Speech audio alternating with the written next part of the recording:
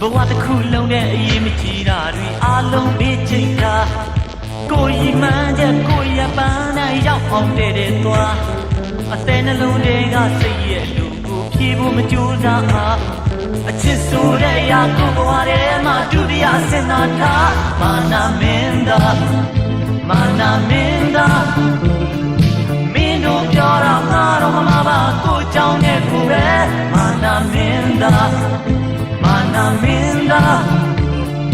ပြောကြစမ်းမသိခွင့်လွတ်ထားပြီးသားလောကကြီးနဲ့မနုဿလူတွေတွဲလျက်အကျိုးပြုသွားသိပ္ပံဝိဇ္ဇာစွမ်းအင်များစွာတို့ရဲ့ရှေ့မှာထားအလုံးနဲ့လက်နဲ့မပြတ်ရှိနေအောင်အမြဲတမ်းသွေးစီသွားလောကကြီးကိုအတရားလိုက်ကူရအသက်ရှိတဲ့ယောက်ျားအိမ်မက်ထဲကစိတ်ကူးရင်တွေဝေဝေးသွားပြီးသားကိုအင်အားကိုအသုံးချသွားမဲ့တို့ကလက်တွေသမားအကျိုးအကြောင်းတိကျမသိတဲ့အချိန်မှာအစိုးကောင်းဆုံးဖြတ်မလားတို့ရဲ့အကြောင်းကိုမင်းမသိသေးရင်တွေးကြည့်လိုက်ပါလားမာနာမင်းသားမာနာမင်းသားမင်းတို့ပြောတာမှတော့မပါကိုကြောင်းတဲ့ကိုပဲမာနာမင်းသားမာနာမင်းသားပြောကြစမ်းတဲ့ခွင့်လွတ်ထားပြီးသား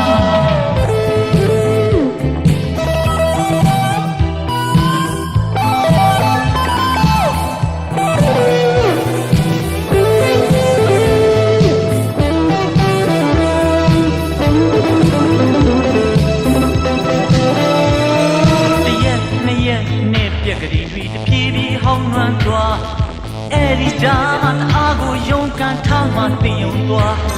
ဘဝတစ်လျှောက်လုံးနဲ့ခဏလောက်ပြောကိုမင်းရောလက်ပြမလားအပြင်းပြင်းပြီးချင်းချင်းတွေကစဉ်းစားကြည့်ပါလားချစ်တော်ချစ်တတ်တာပေါ်သက်ရှိသွေးနေတာသို့တော်လဲလီတို့ဘဝကြီးကအဝေးကြီးပဲမဟုတ်လားကိုအတွက်ကောင်းတဲ့စိတ်ဓာတ်အမှန်ကိုမင်းတို့ဘက်ကမှာလောကကြီးကိုဟာတိုက်ပလိုက်ခြင်းမာနာမင်းသားမာနာမင်းသားမင်းတို့ပြောတာမှတော့မပါကိုကြောင်းတဲ့ကိုပဲမာနာမင်းသားမာနာမင်းသားပြောကြစမ်းမသိခွင့်လွတ်ထားပြီးသားမာနာမင်းသားမာနာမင်းသားမင်းတို့ပြောတာမှတော့မပါကိုကြောင်းတဲ့ကိုပဲမာနာမင်းသားမာနာမင်းသားပြောကြစမ်းမသိခွင့်လွတ်ထားပြီးသားမာနာမင်းသား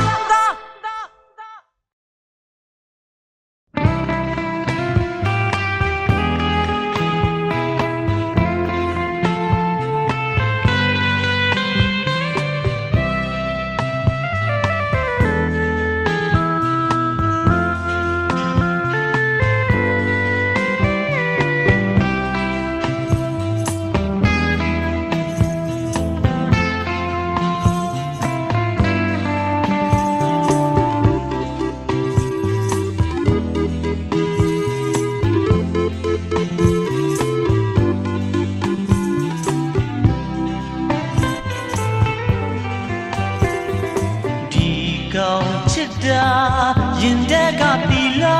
ကျွန်တော်ဟာမကိုမျောလင့်ရမလားစာရွယ်ထဲမှာဘာရေးချရမလဲကျွန်တော်သချင်းတွေ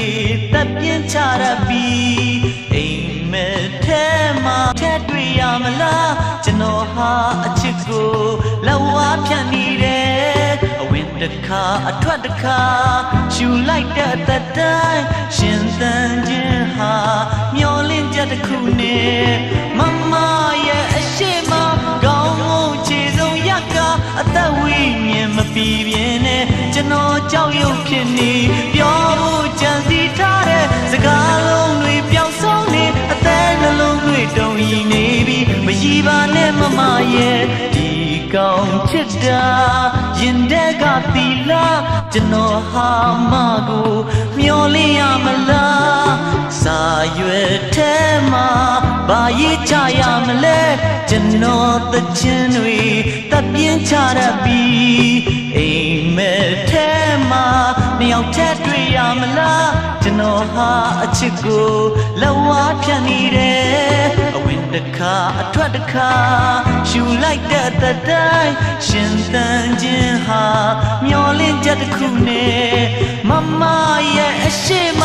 ကောင်းမှုချေဆုံးရကအသက်ဝိညာဉ်မပြီးပြင်းနဲ့ကျွန်တော်ကြောက်ရွံ့ဖြစ်နေပြောဖို့ကြံစီထားတဲ့စကားလုံးတွေပျောက်ဆုံးနေအသက်နှလုံးတွေတုံ့ရင်နေပြီမရည်ပါနဲ့မမရဲ့ဒီကောင်းချစ်တာ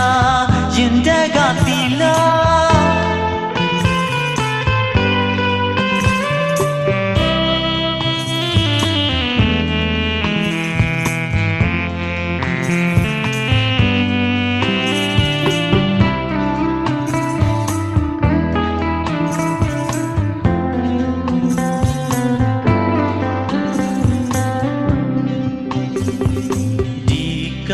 ချစ်တာရင်တက်ကပီလာ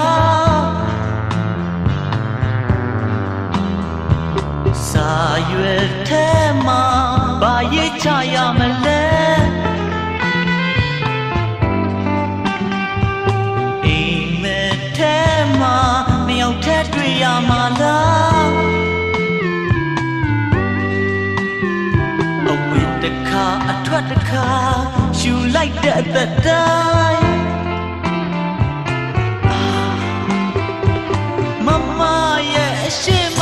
ကောင်းမှုချေဆုံးရကအသက်ဝိညာဉ်မပြီးပြင်းနဲ့ကျွန်တော်ကြောက်ရွံ့ဖြစ်နေပြောဖို့ကြံစီထားတဲ့စကားလုံးတွေပျောက်ဆုံးနေအသက်နှလုံးတွေတုံ့ရင်နေပြီမရည်ပါနဲ့မမရဲ့ဒီကောင်းချစ်တာရင်တက်ကတီးရလား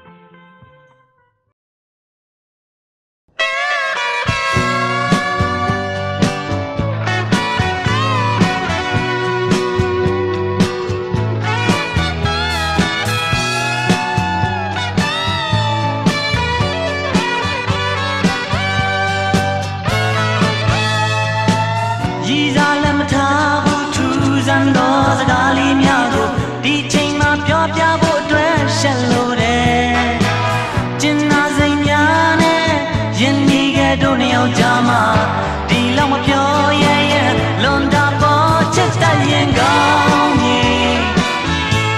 ပြောရခက်ရင်ကောင်းကြီးရည်စားလေးရဲ့ကောင်းကြီးတယောက်နဲ့တယောက်မပြောဘဲလမ်းခွဲခဲ့ကြတွေ့လေးများလို့ဟန်ဆောင်နေသွားလို့တော့ပြင်းဝေးမပေါ်နေဆုံးမဲ့စကားကြောင့်ပြောင်းလဲနေဘဝဒီကလေးကိုမျောလင်းတန်တာခဲ့တာကြာပြီပေါ်ချစ်တတ်ရင်ကောင်းကြီးပြောရခက်ရင်ကောင်းကြီးရည်စားထားခြင်းကောင်းကြီး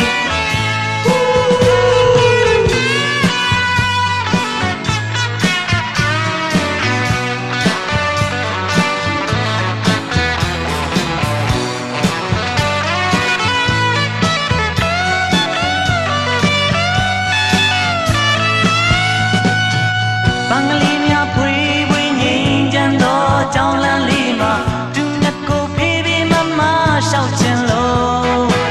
အိမ်ရရှင်မိတ်ကလေးဒီတကူတော့ခွင့်ပြုပေးပါအချက်ကလေးများရှိရင်ဖဲပါတော့ချစ်တတ်ရင်ကောင်းကြီးပြောရခက်ရင်ကောင်းကြီးရည်စားလေးရဲ့ကောင်းကြီး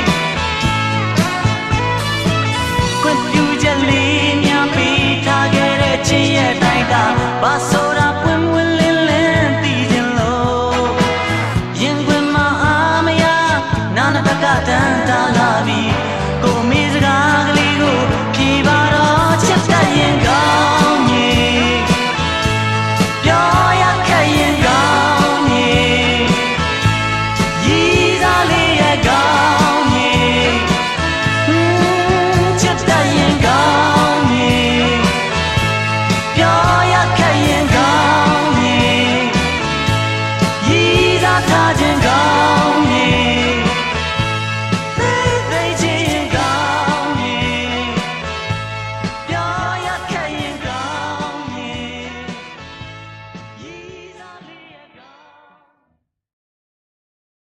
ကန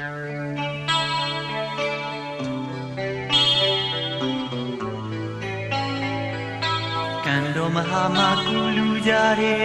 ငွေငန်းရိုင်းတို့ရဲ့သခင်မှာဒီဝတ်စရာမောင်ဒီဝတ်စရာမောင်ဒီဝတ်စရာမောင်ဒီဝတ်စရာရဲ့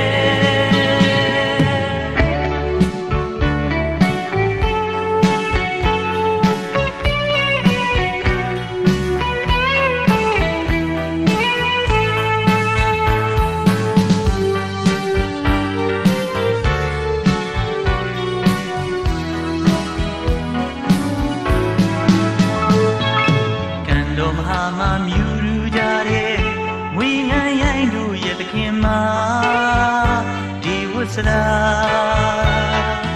အိုးဒီဝစရာ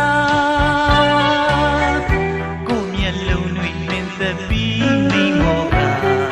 စုံတာမြိုင်မှာပူပွင့်ကြတဲ့ခိုင်လုံးမွေးတို့ရဲ့သခင်မှာဒီဝစရာအိုးဒီဝစရာအိမ်မက်မဲ့နေတယ်လို့ပါလားLa ya mom de wasra mom de wasra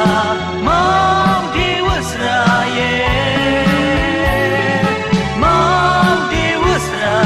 mom de wasra mom de wasra yeah we ne ya ma thun lin ja de je kali mya do ye takhin ma de wasra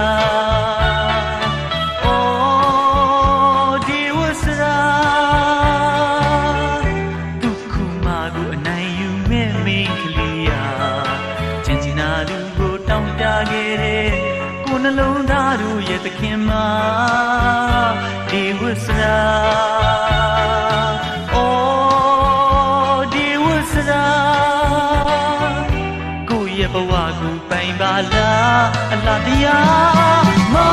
င်ဒီဝတ်စရာမောင်ဒီဝတ်စရာမောင်ဒီဝတ်စရာမောင်ဒီဝတ်စရာမောင်ဒီဝတ်စရာ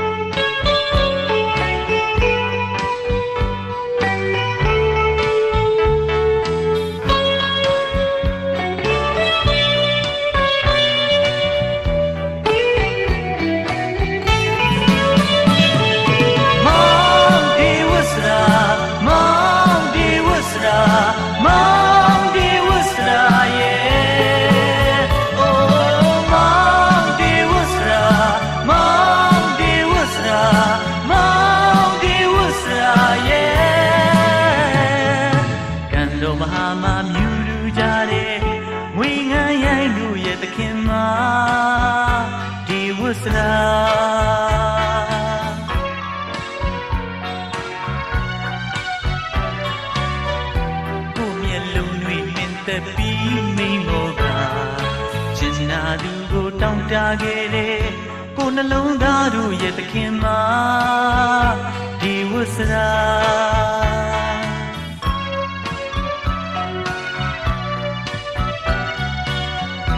ကိုရဲ့ဘဝပိုင်ပါလားအလားတရားမောင်ဒီဝတ်စရာမောင်ဒီဝတ်စရာမောင်ဒီဝတ်စရာရဲ့โอ้မောင်ဒီဝတ်စရာမောင်ဒီဝတ်စရာမောင်ဒီဝတ်စရာရဲ့ဆွဲလာ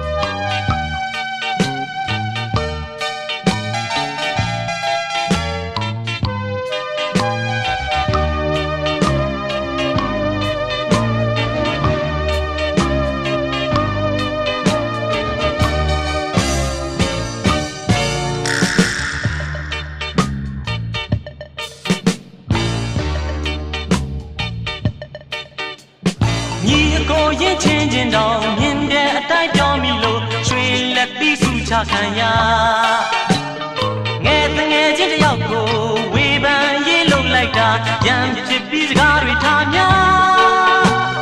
ဒီကောင်တို့ဆွဲကားဆွဲဖြစ်သွားသူတို့ဆွဲကားဆွဲဖြစ်သွားအိမ်ကမိန်းမကိုဝေဖန်သုံးသပ်မိလို့လင်မရခွဲမလို့ဖြစ်သွားကိုတို့ရက်ွက်ထဲမှာဘယ်အိမ်နီးချင်းနဲ့မှအလားအသွားမရှိတာကြာလားမြင်တဲ့အတိုင်းပြောဟာဆိုဟာအခေါ်ပြောပြတ်ထွက်ကုန်ကြကိုတို့အတိုင်းဝိုင်းထဲမှာဘယ်ဆွေမျိုးတယောက်နဲ့မှအပေါက်အလန့်တဲအောင်နေမရလူတွေရဲ့နှုတ်ပြကဟန်ဆောင်တဲ့အသုံးနှုန်းတွေတလွားတစ်ထက်ချင်းဖြစ်အောင်ခွာချပေါ်လာတဲ့တွင်းစိတ်တွေကဘာတွေမလဲကြည့်ကြတာပါ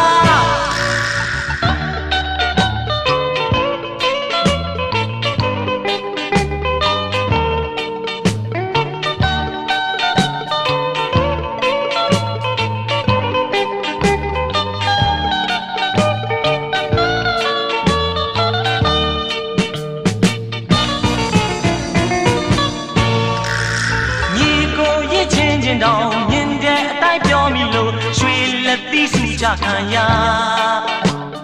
ငယ်တငယ်ချင်းတယောက်ကိုဝေဖန်ရေးလုပ်လိုက်တာရံဖြစ်ပြီးစကားတွေထားများဒီကောင်တို့ဆွဲကားဆွဲဖြစ်သွားသူတို့ဆွဲကားဆွဲဖြစ်သွားအိမ်ကမိန်းမကိုဝေဖန်သုံးသပ်မိလို့လင်မရခွဲမလို့ဖြစ်သွားရက်ွက်ထဲမှာဘယ်အိမ်နီးချင်းနဲ့မှအလားအသွားမရှိတာကြာလားမြင်တဲ့အတိုင်းပြောဟာဆိုဟာအခေါ်ပြောပြတ်ထွက်ကုန်ကြ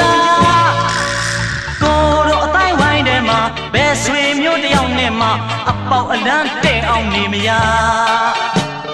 လူတွေရဲ့နှုတ်ပြကဟန်ဆောင်တဲ့အသုံးနှုန်းတွေတလွားတစ်ထက်ချင်းဖြစ်အောင်ခွာချပေါ်လာတဲ့တွင်းစိတ်တွေကဘာတွေမလဲကြည့်ကြတာပါ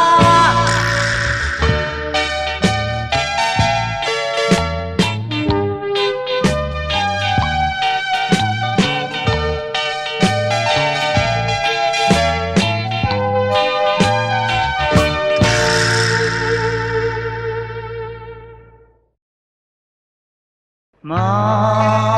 င်အိမ်မက်မေမောင်အိမ်မက်မေအိုးအိမ်မက်မေ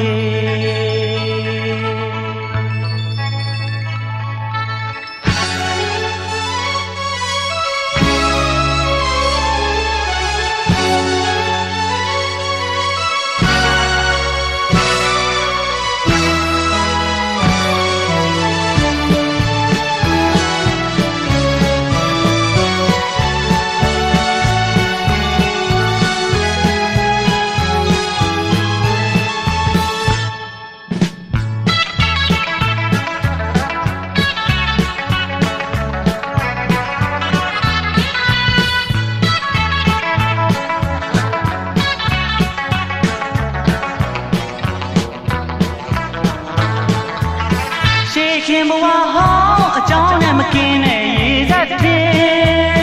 မြင်မြင်ချင်းပင်ယဉ်နီးဘူးသလိုကိုထင်မျက်မြင်ထင်ရှားမိုးကြနှပ်ပြီးသူတူပင်မြမဆန်းတဲ့ခင်သူအပြုံးကလေးတွေရင်ကြည်တယ်မောင်အိမ်မက်မေမောင်အိမ်မက်မောင်အိမ်မက်မေမောင်အိမ်မက်မောင်အိမ်မက်နိုင်ငံတွေကဧကရီသခင်မလေးမောင်အိမ်မက်မေမောင်အိမ်မက်မောင်အိမ်မက်မေမောင်အိမ်မက်မောင်အိမ်မက်အိမ်တွေကအိမ်ရှင်မလေး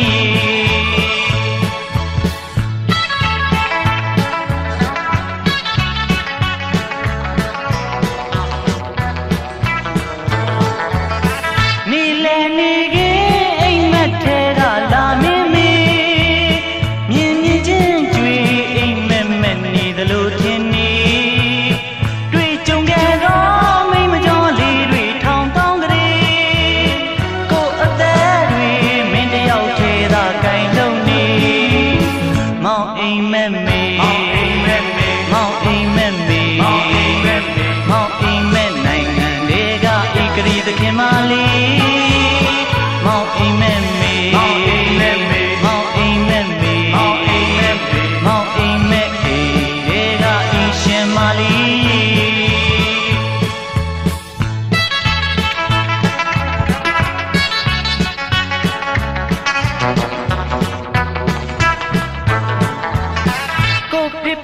နဲ့ချစ်တဲ့ကိုမေမေတွေ့ရင်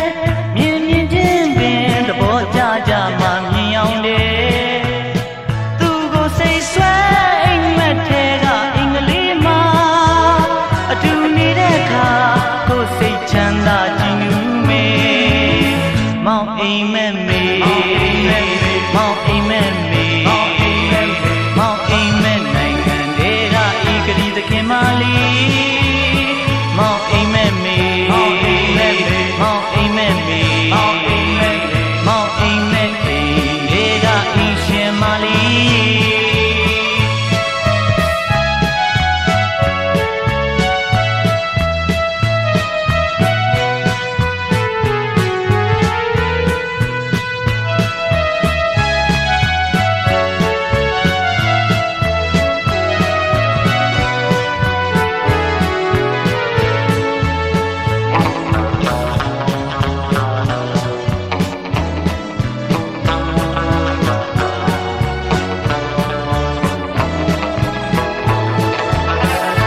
ခင်ဘဝဟောင်းအကြောင်းနဲ့မကင်းတဲ့ရေစက်တင်မြင်မြင်ချင်းပင်ယဉ်နီးဘူးသလိုကိုထင်မျက်မြင်ထင်ရှားမိုးကြနှက်ပြည်သူတူပဲမြမဆန်တဲ့ခင်သူ့အပြုံးကလေးတွေရင်ကြည်တယ်မောင်အိမ်မက်မေမောင်အိမ်မက်မေမောင်အိမ်မက်မေမောင်အိမ်မက်မေမောင်အိမ်မက်နိုင်ငံတွေကဤကတိသခင်မလေးမောင်အိမ်မက်မေမောင်အိမ်မက်မေမောင်အိမ်မက်မေမောင်အိမ်မက်မေမောင်အိမ်မက်တွေကဤရှင်မလေးမောင်အိမ်မက်မေမောင်အိမ်မက်မေမောင်အိမ်မက်မေမောင်အိမ်မက်မေမောင်အိမ်မက်နိုင်ငံတွေကဤကတိသခင်မလေးမောင်အိမ်မက်မေမောင်အိမ်မက်မေမောင်အိမ်မက်မေမောင်အိမ်မက်မေမောင်အိမ်မက်တွေကဤရှင်မလေးမောင်အိမ်မက်မေမောင်အိမ်မက်မေမောင်အိမ်မက်မေမောင်အိမ်မက်မေမောင်အိမ်မက်နိုင်ငံတွေကဤကတိသခင်မ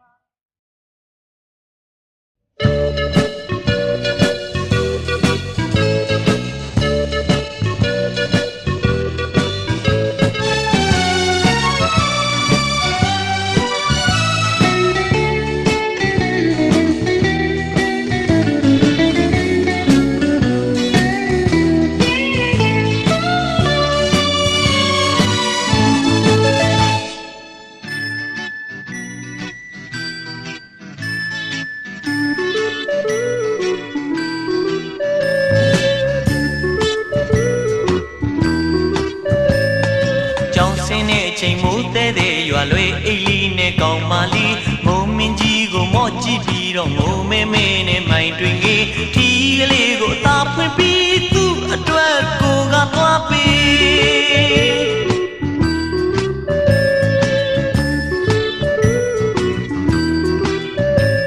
ယောက်ျားလေးပဲကွယ်မိုးတဲ့တဲ့မှလွေအိတ်ပိုက်လို့အိမ်ကိုပြေးမိုးမိပြီးတော့နောက်နေ့မနေ့မှအပြင်းဖြားတဲ့လူမမာလေးအတန်းတဲ့ကကောင်းမလေးကျွန်တော်အတွက်စာတွေကူပြီး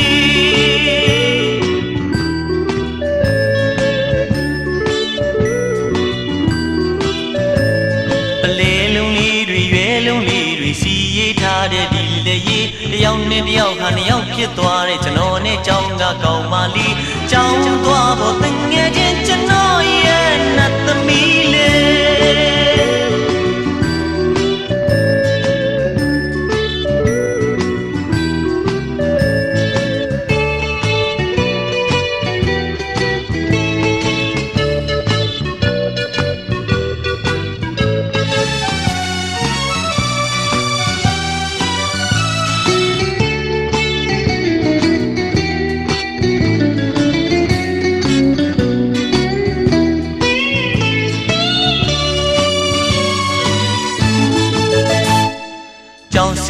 ချိန်မိုးတဲ့တဲ့ရွာလွေအိတ်လီနဲ့ကောင်းမလီဘုံမင်းကြီးကိုမော့ကြည့်ပြီးတော့ငိုမဲမဲနဲ့မိုင်တွင်ကြီးထီးကလေးကိုအသာဖွင့်ပြီးသူ့အတွက်ကိုကသွားပြီးယောက်ျားလေးပဲကွယ်မိုးတဲ့တဲ့မှလွေအိတ်ပိုက်လို့အိမ်ကိုပြေး မုံမီပြီးတော့နောက်နေ့မနေ့မှအပြင်းဖြားတဲ့လူမမာလေးအတန်းတဲ့ကကောင်းမလေးကျွန်တော်အတွက်စာတွေကူပေးပလေလုံးလေးတွေရွယ်လုံးလေးတွေရှိရထားတဲ့ဒီလေကြီးတယောက်နဲ့တယောက်ဟာနှစ်ယောက်ဖြစ်သွားတဲ့ကျွန်တော်နဲ့ကြောင်းကကောင်းမလေးကြောင်းသွားဖို့တငယ်ချင်းကျွန်တော်ရဲ့နတ်သမီးလေးကောင်းမလေးကျွန်တော်အတွက်စာတွေကူပေးကျွန်တော်ရဲ့နတ်သမီးလေးဒီကလေးကိုအသာဖွင့်ပြီးသူ့အတွက်ကိုကသွားပေးကျွန်တော်ရဲ့နတ်သမီးလေးအတန်းတဲ့ကကောင်းမလေးကျွန်တော်အတွက်စာတွေကူပေးကျွန်တော်ရဲ့နတ်သမီးလေးကြောင်းသွားဖို့တငယ်ချင်းကျွန်တော်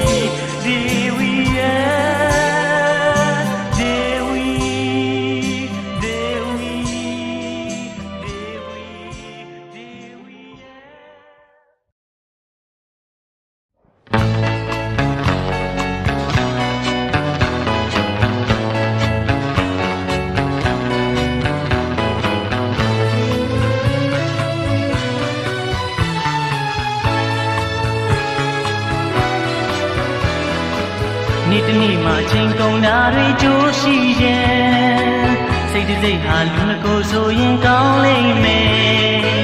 တာဝန်တွေအလုံးများကိုလည်းပြီးခြင်းနဲ့ကျင်နာသူရဲ့ပါထားပါခြင်းရှိခြင်းနဲ့တကိုယ်စီဆိုရင်ပြီးအောင်ညတာတဲ့အတိတ်ပဲလဲကြဆင်ပြေမယ်ဒါကြောင့်ရုပ်ရှင်တွေကလိုပဲနှစ်ကိုယ်ခွဲခြင်းနဲ့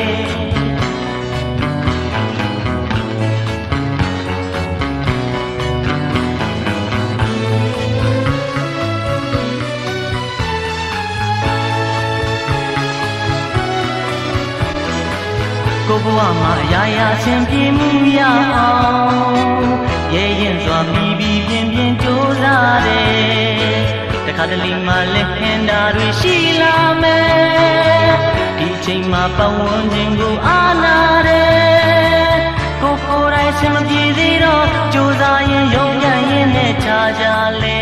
ဒါကြောင့်ရုပ်ရှင်တွေကလိုပဲနှစ်ခုခွဲခြင်းနဲ့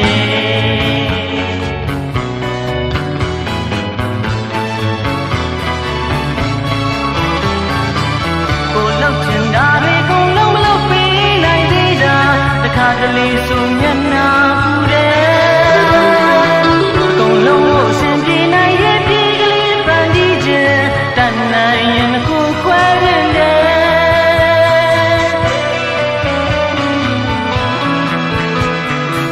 အရေးတစ်ခုမှပျော်ရွှင်စွာကိုနာဖို့ရာဒီကြမ်းစိတ်လေးပူခံကရှောက်ရမယ်တာဝန်ကြီးလူသားကိုလေးဖြစ်ခြင်းနဲ့ကျင်နာသူစိတ်ချမ်းသာအောင်ထားခြင်းနဲ့လူတွေပေါ်ခင်မင်းစိတ်နဲ့သဘောကောင်းကြောင်းသက်သေပြဖို့လိုနေမယ်ဒါကြောင့်ရုပ်ရှင်တွေကလိုပဲနှစ်ကိုယ်ခွဲခြင်းနဲ့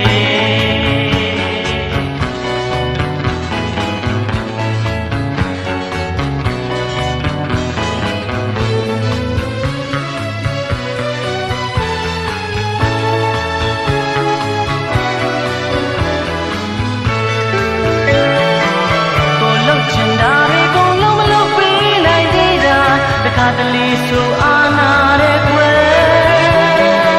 အကုန်လုံးကိုအစဉ်ပြေနိုင်ရဲ့တွေ့ပြီးစိတ်ကူးရင်တန်နိုင်ရင်အကုန်ခွဲခြင်းလေ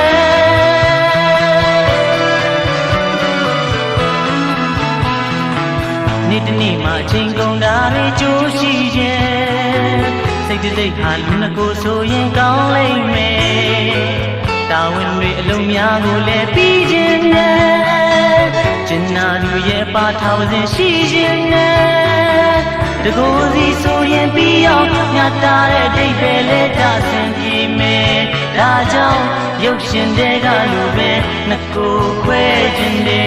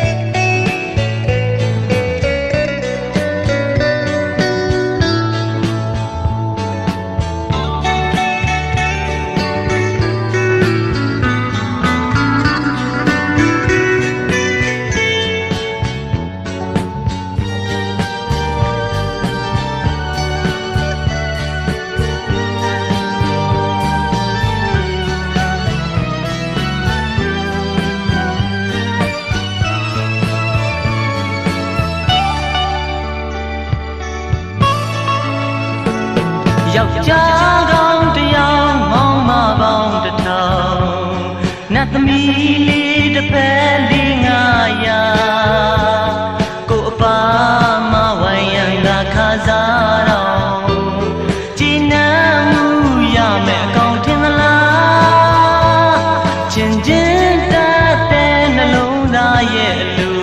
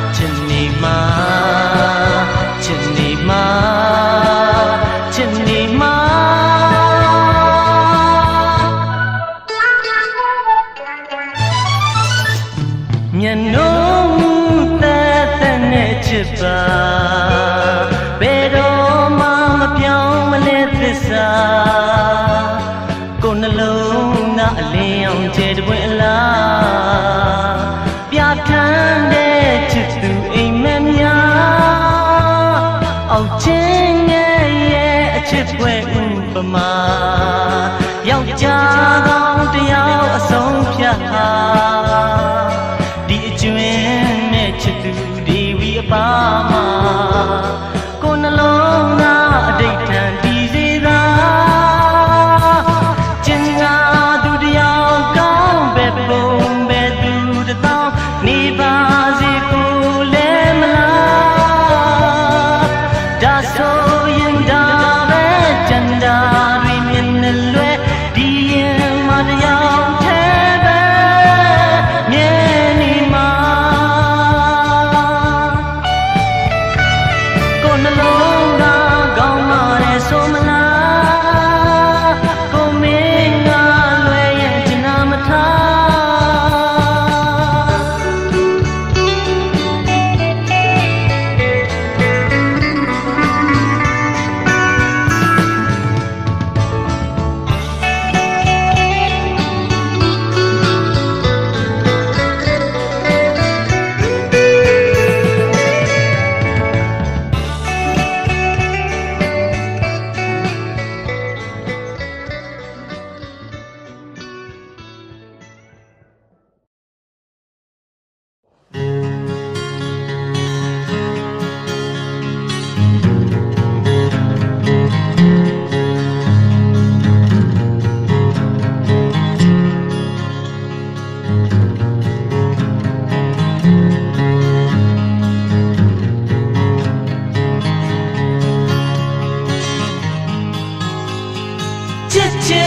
ချစ်ချစ်အကျဉ်းနာမှစစ်ရင်မာ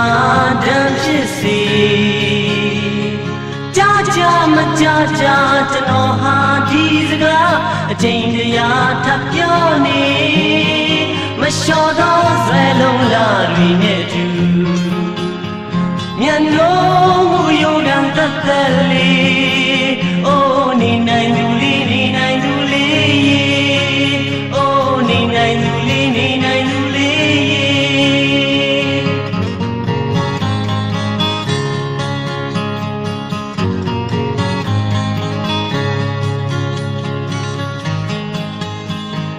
သိသိမသိသိ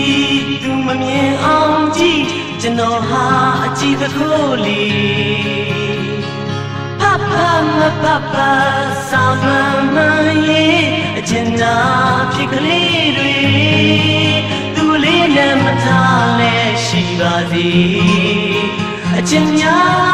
နဲ့ကောင်းကောင်းထားရင်လေအိုးနေနိုင်သူလေးနေနိုင်သူလေးအိုးနေနိုင်သူလေးနေနိုင်သူလေး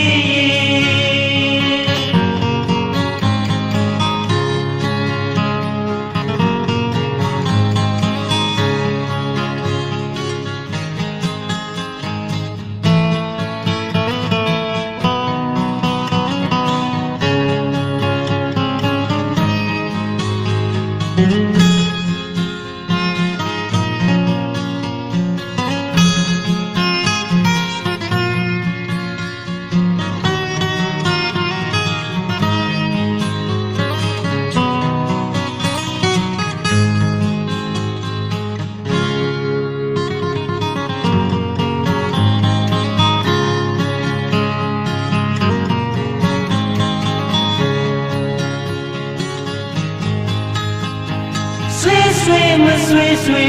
တွေ့ဝေမိုင်းငယ်ຫນွေရီအိုင်ကလေးယူယူမယူယူတခါမှမချစ်ဘူးသူဟာအချစ်ဦးမေမာတပါအခြားလည်းမရှိသေးပါသေးပထမမြောက်ချစ်နောက်ဆုံးပဲလေအိုးနေနိုင်သူလေးနေနိုင်သူလေးအိုးနေနိုင်သူလေးနေနိုင်သူလေးအိုးနေနိုင်သူလေးနေနိုင်သူလေးအိုးနေနိုင်သူလေးနေနိုင်သူလေး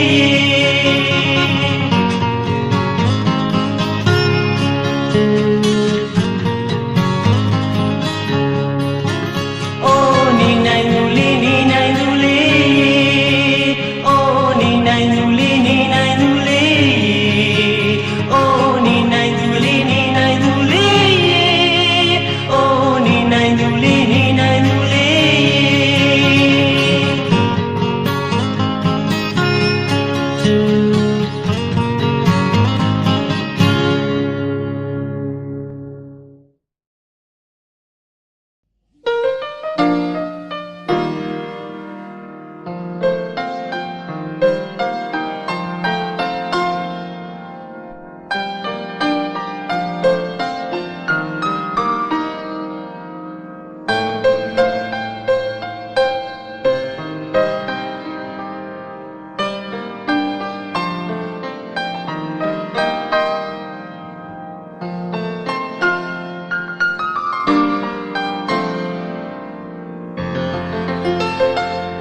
သွားတော့မိုးရေသွားတော့မိုးရေ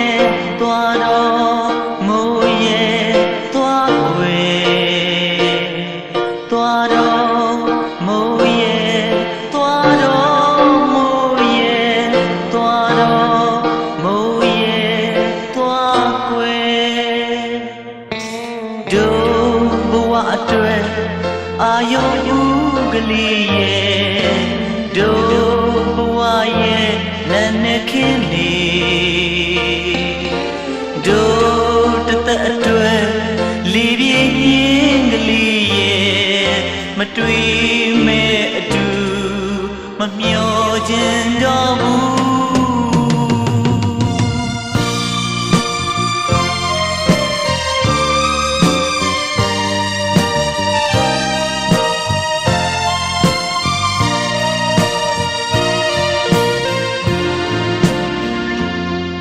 သေတောင်နောင်ကျင်သွားမဲ့အဖြစ်ဆိုးတွေတိုးခဲ့လေရင်ထဲမယံညို့တွေမထားပါမိုးကိုချစ်လိုက်တာလေမိမိုးကိုချစ်လိုက်တာလေမစီမဆိုင်ရွာတဲ့မိုးကိုအချစ်မိုးအဖြစ်နဲ့တကူလုံးရွှဲဆိုသွားမစေမိုးရေမိုးကိုချစ်လိုက်တာလေမိမိုးကိုချစ်လိုက်တာလေမိုးမတီးတဲ့အဖြစ်ပြက်တွေမိုးမတီးတဲ့အကြောင်းလေးတွေမိုးနားလဲနိုင်ဖို့တချင်နဲ့မှပြောပြမယ်တချင်နဲ့မှဝမ်းနေမယ်မိုးတီးပါစီတော့မိုးတီးအောင်ဒီတချင်လက်ဆောင်လို့မစုံနိုင်ရင်တည်ကြသွားပြီးအသီးသီးနှုတ်ဆက်ချိန်မိမိုးမျက်နှာလေးကိုငေးကမိုးကိုချစ်လိုက်တာလေမိမိုးကိုချစ်လိုက်တာလေ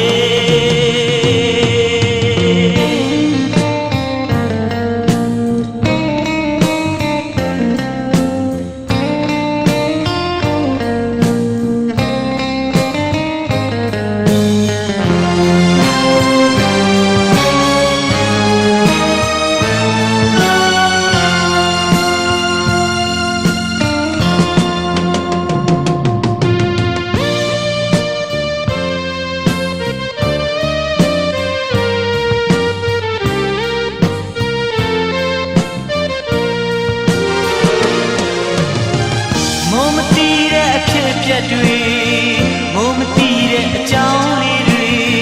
မိုးနားလည်နိုင်ဖို့တချင်နဲ့မှပြောပြမယ်တချင်နဲ့မှဝမ်းနေမယ်မိုးတီးပါစေတော့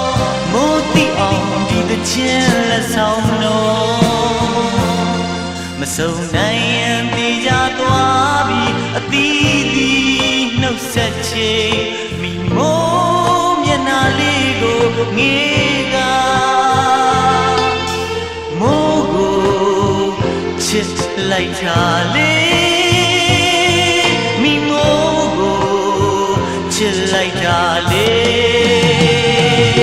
မစီမဆိုင်